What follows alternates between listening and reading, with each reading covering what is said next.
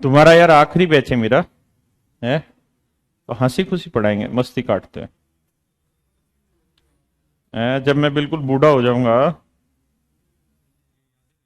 तो ये यादें रहेंगे कि आखिरी बैच में एक आकाश था, वो टीचर पे जादू करता था। एक फौजी था, एक विकास था, यासिर था, अंकुल था। नहीं नहीं, वो बैच इसने छोड़ दिया, अब नहीं जाता ना। नहीं, अगर मैथ बिल्कुल ही समझना है ना तब चला जियो, फिर टारगेट ही वो बना लियो।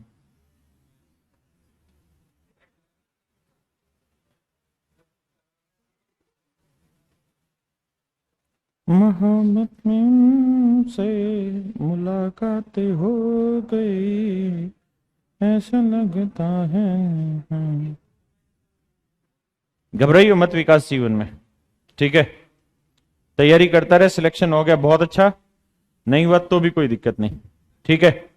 कुछ ना कुछ अच्छा भगवान ने तेरे लिए सोचा है। वरना पर्सनैलिटी वर्सनैलिटी ठीक कर अपनी बढ़िया से, जिम विम ज्वाइन कर।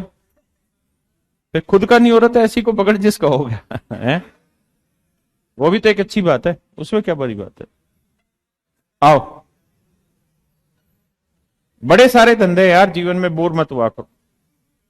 अगर सिलेक्शन नहीं होता तो सिलेक्शन कोई फाइनल डेस्टिनेशन थोड़ी है, और जिन्होंने सिलेक्शन ले लिया वो जीवन में सारे खुश थोड़ी हैं। जिनका नहीं हुआ वो भी बहुत सारे खुश नहीं और बहुत सारे खुश हैं। मैं भी एक छोटी सी कहानी पढ़ रहा था। यूएस में जो ये वो हुआ, वर्ल्ड ट्रेड सेंटर पे जो अटैक हुआ था, ओसामा बिन लादेन ने नहीं मारी थी हवाई जहाज सीधी ले जाके। तो बेसिकली वो वर्ल्ड ट्रेड सेंटर किस चीज के लिए था? बिजनेस हब था, मतलब बहुत सारी कंपनियों के ऑफिस थे, और सीधा वहीं पे ले जाके वो हवाई जहाजें मार दी, तो उससे बहुत सारे लोग मरे थे, सैकड़ों में लोग मरे थे। लेकिन बहुत सारे लोग बच गए थे। किस समय मारा था वो? टाइम याद है? सुबह सुबह ही मार दिया था, है ना।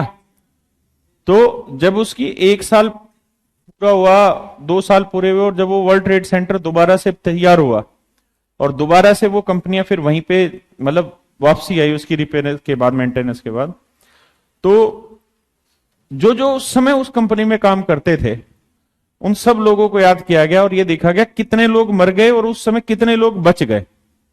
तो जो बच गए उन सबको बुलाया गया अलग से और उन सबका सम्मान किया गया।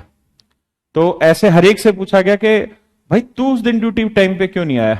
तो उसने कहा यार मैंने नया जूता खरीदा था और वो नया जूता मेरे पैर को काट रहा था, तो मैं जस्ट बस मेडिकल की दुकान पे चला गया निकल के ऑफिस से बैंडेड लेने के लिए, कि जहां एडी पे काट रहा था वहां बैंडेड लगा लूंगा।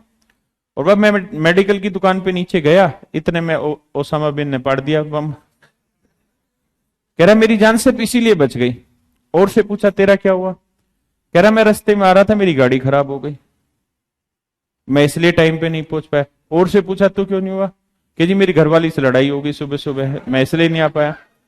किसी और से पूछा, बोला जी मेरे बच्चे का जीवन पहला दिन था स्कूल का और मैं चाहता था कि उसके जीवन का पहला दिन है स्कूल का, तो मैं उसे छोड़ने जाऊं, इसलिए मेरा जीवन बच गया। तो बहुत सारे लोग थे, हजारों लोग जो उस दिन बच गए।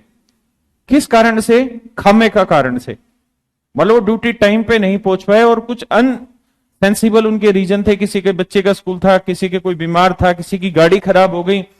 एक बंदा तो ऐसा था जो मात्र नीचे लिफ्ट में घुसा ही था और ऊपर आवाज आ गई उसे। किस वजह से? क्योंकि जो वहां पे वो मेट्रो चलती है ना, तो जिस समय बिल्कुल मेट्रो के गेट पे पहुंचा, मेट्रो के दरवाजे बंद हो गए और उसके जस्ट 3 मिनट बाद वाली मेट्रो उसने पकड़ ली। मतलब उस 3 मिनट की वजह से उसका जीवन बच गया। अगर वो उस मेट्रो को पकड़ लेता तो वो भी वहीं होता ऊपर। तो इसका मतलब ये है कि जीवन में आप जहां पे भी हैं वो सबसे बढ़िया पोजीशन है। सिलेक्शन एक माइलस्टोन नहीं है किसी के लिए भी लाइफ का, मेरे लिए आपके लिए। अगर ऐसा होता तो बहुत सारे आईएएस आईपीएस आत्महत्या नहीं करते? करते हैं कि नहीं करते? करते हैं कि नहीं करते? करते हैं। अरे हाँ है ना। पता है विजय माल्या बहुत अच्छा आदमी क्यों है इन मैटर में? क्योंकि उसको हजारों टेंशन है लेकिन वो प्रॉपर इंजॉय कर रहा है लाइफ को। अगर उस चीज को सोचोगे, टेंशन है ना उसको, हजारों करोड़ों का गबन करके भाग गया, लेकिन उसके चेहरे पे सिकन है नहीं, वो लाइफ को वैसे इंजॉय कर रहा है जैसा कर रहा था। क्योंकि जीवन तो सच में ही एक है भाई, उसने किया गलत जरूर है और आने वाले टाइम में उसको भोगेगा भी कभी ना कभी, गलत का फल तो गलत ही होता है। लेकिन मेरे कहने का मतलब यह कि जीवन में जरूरी नहीं है कि जो हम चाह रहे हैं वही मिले। कितने ऐसे हैं जो वन साइड लवर होते हैं और पूरा जीवन उनका ऐसे ही रह जाता है, कितने अधूरे प्यार होते हैं। लेकिन ऐसे भी तो देखो जिनके प्यार होते हैं वो कौन सा फला गए, उनमें भी तो 99% का डिवोर्स हो लिया। अरे हाँ है ना, जितनी लव मैरिज हुई है उनमें भी तो 99% का डिवोर्स हुआ है। टीना डाबी ले लो भाई, आईएएस टॉप रैंकर, और वो जुनेद जो सेकंड रैंकर लड़का था जम्मू का, वो गजब सुंदर लड़का और सेकंड रैंकर और अच्छी फैमिली से बिलोंग करता, बिजनेसमैन से, लेकिन हो गया ना डिवोर्स। मतलब दो पढ़े लिखे सामाजिक समझदार आदमी जिनकी साइकोलॉजी बहुत अच्छी होगी, सामाजिक समझ बहुत अच्छी होगी, लेकिन उनका भी प्रभाव नहीं चढ़ पाई वो चीज। तो ये जीवन में सबके साथ हो सकता है।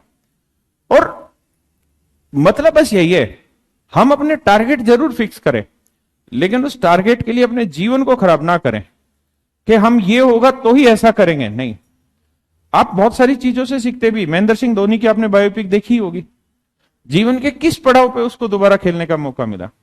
आप और छोड़िए दिनेश, क्या नाम, कार्तिक, इसकी लाइफस्टाइल को देख लीजिए। ये इंडियन टीम से बाहर हो चुका, ड्रग एडिक्ट हो चुका, इसका वेट कितना बढ़ गया, इसकी वाइफ ने इसको छोड़ दिया, डिवोर्स हो गया, कितनी इसके साथ सर्कमस्टेंसेज आई हैं लाइफ में, लेकिन फिर भी आगे बढ़ा और आगे निकल गया। मैं कल एक कहानी सुन रहा था, उस पर रीचा अनिरुद्ध पे, एक वो जो मॉडल है ना बुजुर्ग 69 ईयर ओल्ड, जो बहुत सारी मूवी में आ रहा है, आप नहीं जानते, बहुत सारी मूवी जो सबसे बूढ़ा मॉडल है, व्हाइट दाढ़ी और अच्छी पर्सनालिटी जबरदस्त है, 69 ईयर ओल्ड है वो। और आप उसको देख लें तो आप हैरान रह जाए उसकी पर्सनालिटी से। पता है किस उम्र में उसने काम करना शुरू किया? 55 साल की उम्र में। 55 साल की उम्र में 148 किलो वजन था, 8 सुसाइडल अटेम्प्ट किए थे उसने, मतलब लाइफ को देने के 8 अटेम्प्ट किए थे उसने, और बहुत ही गहरे डिप्रेशन में था। लेकिन अल्टीमेटली हुआ क्या, बाहर निकला, लड़ा, और आज जीवन इतना बेहतरीन जी रहा है। मैं उसी का इंटरव्यू सुन रहा था कि मैं अगर किसी कमरे में चला जाऊं तो कहता है मैंने आज तक नहीं देखा कि लोग मेरी तरफ ना देखें। मतलब एक 69 ईयर ओल्ड आदमी, हमारे माँ बाप जो हिम्मत हार देते हैं जीवन में, और वो आदमी 69 ईयर की एज में हीरोइनों के साथ शूट कर रहा, कितनी बड़ी बात है उसके लिए। तो जीवन जहां है आप बढ़िया हैं, एक डेस्टिनेशन आपके जीवन को बहुत सुगम नहीं बनाने वाला, बहुत सहज नहीं बनाने वाला। और आप कितना पैसा कमा लें, जीवन में समस्याएं भी खत्म नहीं होने वाली। ऐसा कभी नहीं होगा कि आपको सारे सुख मिले, हमेशा समस्याएं आती रहेंगी। जीवन नाम ही इसी चीज का, लड़ते रहो आगे बढ़ते रहो, लड़ते रहो आगे बढ़ते रहो, लड़ते रहो आगे बढ़ते रहो। तरीका ये, कोशिश करो जो आपने सोचा उसको पाने की एक बार दिल से कोशिश करी जाए, नहीं हुआ परेशान नहीं होना है। एक वही एसएससी नहीं है या बैंक नहीं है या सरकारी नौकरी नहीं है जो जीवन देगी बहुत अच्छा।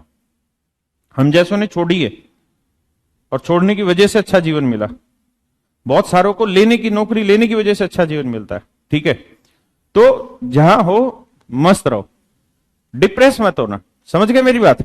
आइए।